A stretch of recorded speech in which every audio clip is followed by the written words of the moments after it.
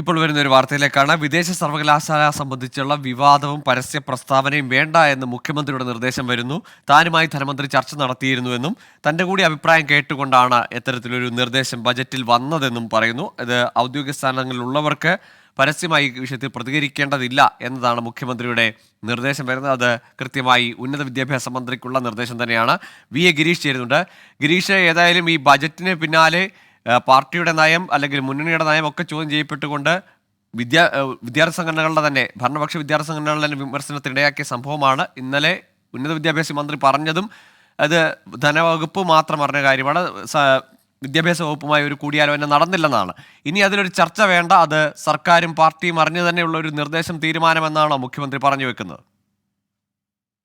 ഗോകുൽ, വിദേശ സർവകലാശാലകൾ കേരളത്തിലേക്ക് കൊണ്ടുവരുന്നതുമായി ബന്ധപ്പെട്ട് ഒരു വിവാദം നിലനിന്നിരുന്നു. ഇതിൽ ബജറ്റിൽ ഉന്നത വിദ്യാഭ്യാസ വകുപ്പുമായി ചർച്ച നടത്താതെ ഇത് ബജറ്റിൽ ഇടം പിടിച്ചു എന്നുള്ളതായിരുന്നു ഉന്നത വിദ്യാഭ്യാസ വകുപ്പിന്റെ അതൃപ്തി.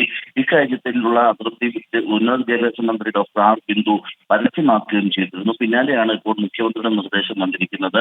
ധനമന്ത്രി ഇത് ഏകപക്ഷീയമായി ബജറ്റിൽ ഉൾപ്പെടുത്തിയതല്ല, താനുമായി ചർച്ച ചെയ്ത ശേഷമാണ് ഇത് ബജറ്റിൽ ഉൾപ്പെടുത്തിയിരിക്കുന്നത്. അതുകൊണ്ട് തന്നെ ഇക്കാര്യത്തിലുള്ള പരസ്യ പ്രസ്താവനകളും വിവാദങ്ങളും ഒഴിവാക്കണം എന്നുള്ളതാണ് ഇപ്പോൾ ഉന്നത വിദ്യാഭ്യാസ മന്ത്രിക്ക് നൽകിയിരിക്കുന്ന നിർദ്ദേശം.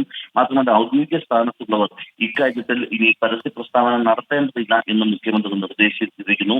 നേരത്തെ തന്നെ ഇക്കാര്യത്തിൽ വിദ്യാർത്ഥി സംഘടനകളടക്കം പരസ്യ പ്രതിഷേധവുമായി രംഗത്ത് വന്നിരുന്നു. ഇതിൽ ഏറ്റവും പ്രധാനമായിട്ടുള്ളത് മുഖ്യമന്ത്രി ചൂണ്ടിക്കാണിക്കുന്നത് ഇതൊരു കേന്ദ്ര നയമാണ്. ഇതനുസരിച്ച് സംസ്ഥാനത്തിന് ഒഴിഞ്ഞു നിൽക്കാനാകില്ല.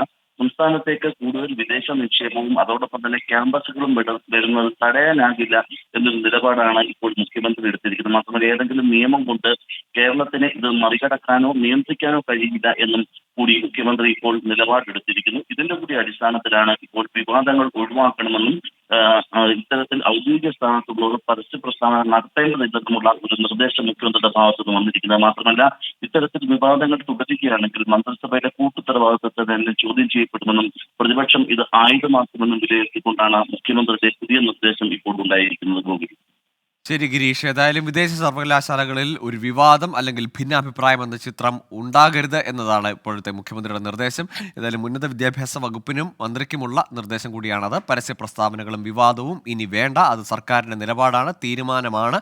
സർക്കാർ അറിഞ്ഞു തന്നെയാണ്, മുഖ്യമന്ത്രി അറിഞ്ഞു തന്നെയാണ്, പാർട്ടി അറിഞ്ഞു തന്നെയാണ് അത്തരമൊരു നിർദ്ദേശം ബജറ്റിൽ ഇടം പിടിച്ചതെന്ന് മുഖ്യമന്ത്രിയുടെ നിർദ്ദേശം വന്നിരിക്കുന്നു. വി ഗിരീഷാണ് വിവരങ്ങൾ പങ്കുവച്ചത്.